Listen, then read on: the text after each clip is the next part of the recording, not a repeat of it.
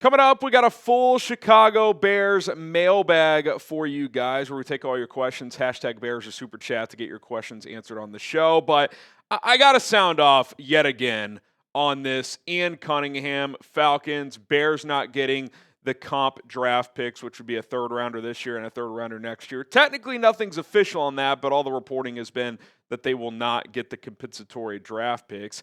And the reason we're talking about it again is because Matt Ryan, who is now the president of football, which is a new position the Falcons created, went on with his old buddies during at Radio Row and NFL on CBS, and he made it pretty crystal clear that Ian Cunngham is the GM, a.k.a. the primary executive in the Falcons organization. Don't take my words for it. Here's Matt Ryan. Quote, Ian's in charge. He's in charge of that space. I'm looking forward to learning. I said it the other day in Ian's presser. I've never sat in a draft meeting. Monday is going to be the first time I've sat in a draft meeting. I've got a lot to learn by sitting, observing, and being a fly on the wall. If there's something that Ian has a question about or something I can help with, I'm all ears, and I'm happy to share my opinion. But Ian is driving this boat. He's the one that's leading us moving forward. I'm excited about that. Ian is incredibly confident and qualified. I'm looking forward to watching him do his thing. I'll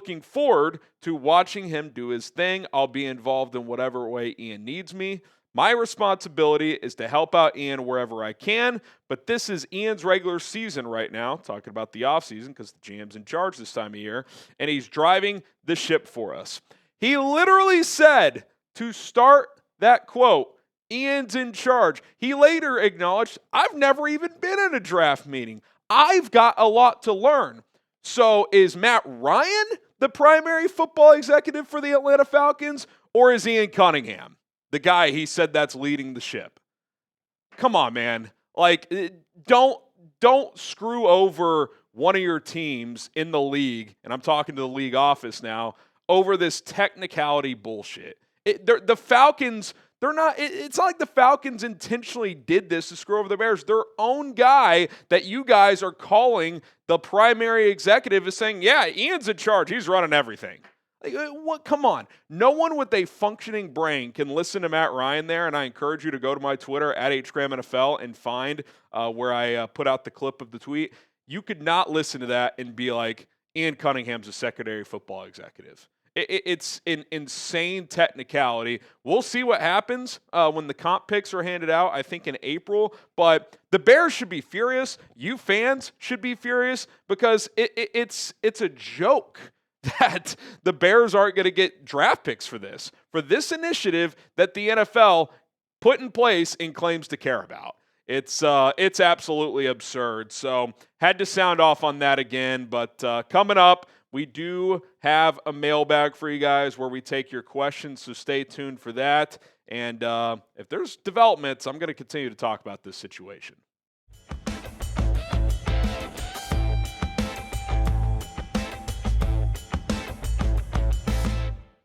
All right, Seaberry Productions predictions. Edmunds released, I agree. DeMarco Jackson signed, I agree. Swift restructure. Nothing changes if they restructure him because he's on the final year of his deal. They could extend him. They could cut him. They could trade him. There's not really a restructure they can do. Santos possible release. I disagree. I'm fully come around on Cairo being back. Like, his ability to kick in elements is impressive. His pros far outweigh the really only con, which is he doesn't have one of the stronger legs in the league. Signed Brian Robinson. Well, to be your third back, sure, but your third back needs to play on special teams. Is he going to play on special teams? Maybe. I don't think he's done much of that in his career, so I probably would push back on that one. All right, who is your current favorite Chicago Bear? Current player on the roster, favorite Chicago Bear currently. Let us know who it is in the comments of this video. All right, another super chat. Appreciate the 5 from Bear Down for Life. What would it be worth to re-sign Braxton Jones, 1 or 2 year deal for like $7 to $8 million, and go with him at left tackle and sit Ozzie all of 2026? $7 to $8 million per year, or 2 years, $8 million total? I think the price will play a role here. My guess is the Bears let Braxton hit free agency. They let the league dictate the market. If you can get him back 1-year deal less than $5 million, I'd be open to it. Throw him into a competition. He'll be fully healthy this offseason, unlike last offseason. I do wonder if a fully healthy Braxton Jones is a better option than Theo Bennett at left tackle. But I think it would come down to money, plain and simple. Tyler Kaufman is the reason the Bears won't renew the lease at Soldier Field, the same reason they're threatening to leave Illinois totally. Tax certainty. They can afford to pay the taxes to stay. They have 9. See, I don't know what you mean by the end of that. The main reason is they want their own stadium, and B, Soldier Field has the smallest capacity in the NFL. Like, they need an upgraded, newer stadium. Don't get me wrong, Soldier Field's cool. It was an electric atmosphere in the playoffs. It's over 100 years old. They're leasing it from the city. They want to bring a Super Bowl to Chicago. They want to bring other events to Chicago or wherever the stadium is. It's just, look, in a perfect world, like, it'd be cool if the Bears could just buy Soldier Field from the city, which I guess they could try and do some major renovation project. But to do all that would probably cost more than building a new stadium. I think in a perfect world, they would build a new stadium on the lakefront, tear down Soldier Field, keep the historical landmarks of it, like the columns and all that, repurpose those around the new stadium, and you're good to go. But that's not going to happen. It's just, there's too many factors there. So I don't know what happens with the stadium. Indiana's making a push, certainly, but it's unclear at this point in time. All right, guys, we have Iceman merch. What a season for Caleb Williams. Chatsports.com/Iceman. You can get the navy or the white T-shirts with the Iceman 18 and the silhouette of Caleb's fourth down throw against the Packers.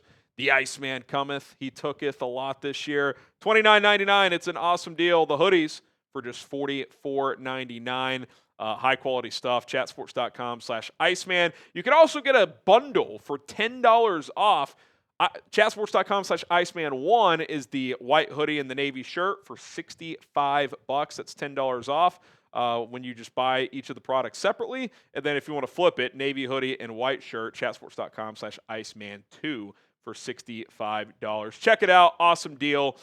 Get our Iceman bundles or just gear today. Okay, Crisis King, $5. With what DJ said about the team, do you think this influences the Bears to keep him or trade him to a team who needs wide receiver 1? Percentage of Bears getting Crosby. I don't think DJ's comments at Super Bowl week have any bearing on whether or not the Bears will be back.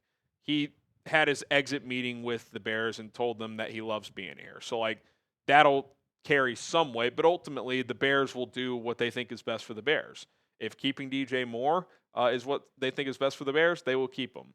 If restructuring his contract to lower his cap hit and keeping him is what's best for the Bears, they will do that. If they think trading him and trimming that money and getting him off their books moving forward is what's best and freeing up money for a different position, they will do that. I think they're working through all those scenarios. How much confidence do they have in Rome Odunze and Luther Bird moving forward? If it's supremely high along with Colston Loveland, I do think they will be open to trading him. So I don't think anything's set in stone. I don't think a decision's been made, but I think all those options are on the table. Omar X with the 5. Not sure how it works, but if JT Barrett gets selected as offensive coordinator, what's your thoughts on Case Keenum moving into his old role? Well, as far as how it works, they can hire anybody. So if Case Keenum wants to call it a career and go into coaching and the Bears want to hire him, they could absolutely do that. They could do that regardless of JT Barrett's situation. They could hire him as a quality control coach, assistant quarterbacks coach. Can't remember if they have an assistant QB's coach or not. I have had the thought of, like, it seemed like Case and Ben really hit it off. Like, if Case did want to go into coaching, I do wonder if Ben would bring him on.